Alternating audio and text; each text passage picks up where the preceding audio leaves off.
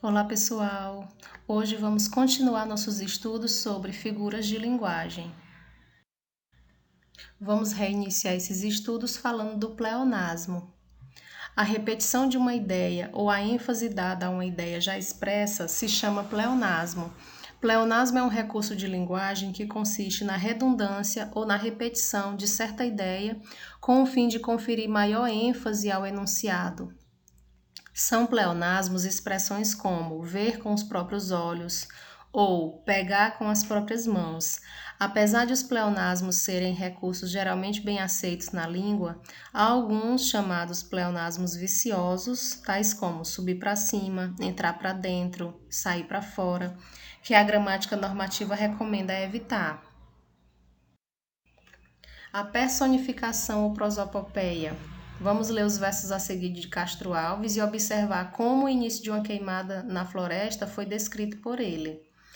A floresta rugindo as comas curva, as asas foscas o gavião recurva, espantado a gritar. O estampido estupendo das queimadas se enrola de quebradas em quebradas, galopando no ar. Para construir a cena do incêndio, o poeta confere a certos elementos vida ou atributos que não são próprios deles. Por exemplo, a floresta ruge, o estampido dos troncos queimados se enrola e galopa no ar. Com isso, a descrição da queimada ganha força expressiva e o caráter trágico da destruição fica acentuado. Quando são atribuídos a seres inanimados ou irracionais ações, sentimentos e características que não lhes são próprios, dizemos que há personificação. Personificação ou prosopopeia é um recurso de linguagem que consiste em atribuir ações, pensamentos e sentimentos a seres inanimados ou irracionais. O gigante Adamastor de Os Lusíadas é um exemplo claro de personificação. Com a figura do gigante, Camões reúne em torno do Cabo das Tormentas vários dos elementos do imaginário português: o desconhecido, o medo, a grandiosidade, o grotesco, o perigo. Hipérbole. Leia os seguintes versos de Castro Alves que descrevem o sofrimento de negros africanos escravizados sendo trazidos ao Brasil em porões de navios negreiros. Era um sonho dantesco, o tombadilho que das luzernas a vermelho brilho em sangue a se banhar, tinir de ferros estalar de açoite, legiões de homens negros como a noite, horrendos a dançar. Na cena descrita, Castro Alves, que era abolicionista, procura acentuar as imagens de maus tratos e sofrimento a que eram submetidos os escravos. A cena dantesca, horrenda, lembra a descrição que Dante Alighieri fez do inferno na Divina Comédia. O tombadilho do navio estava tão banhado em sangue que tornava vermelho o brilho dos lampiões. E havia nos porões não um grupo de escravos, mas legiões de homens negros, Exércitos de homens negros.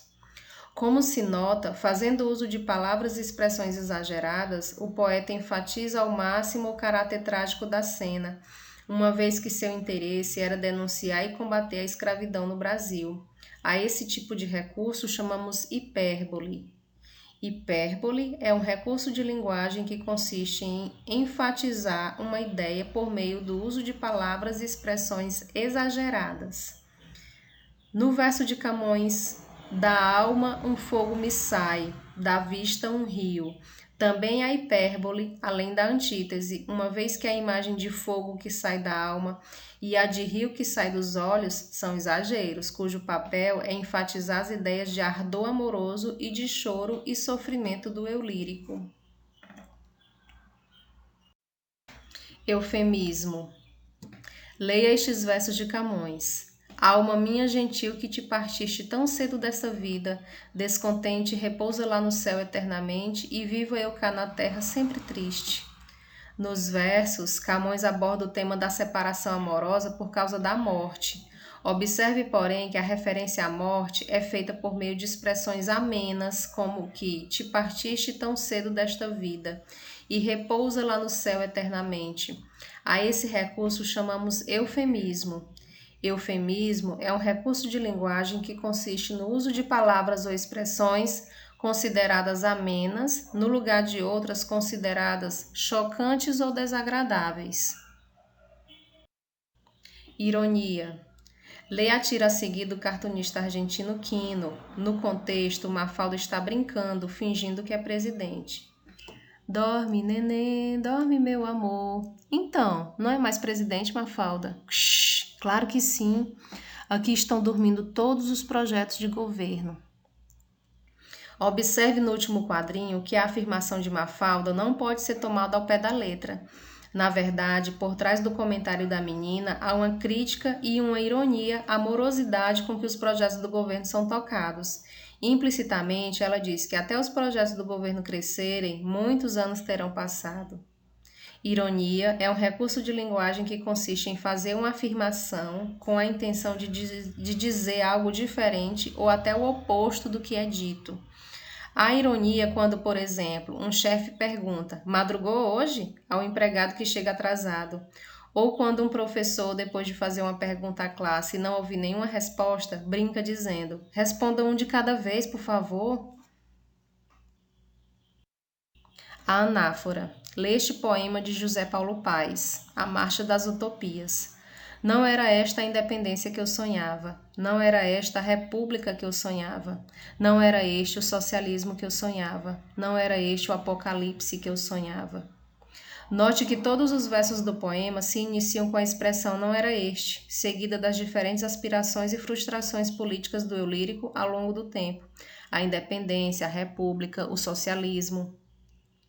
A repetição da expressão "não era este" reitera e encadeia a ideia de negatividade no poema, preparando o leitor para o impacto da palavra apocalipse do último verso, que traduz o modo como o eu lírico vê e sente o mundo.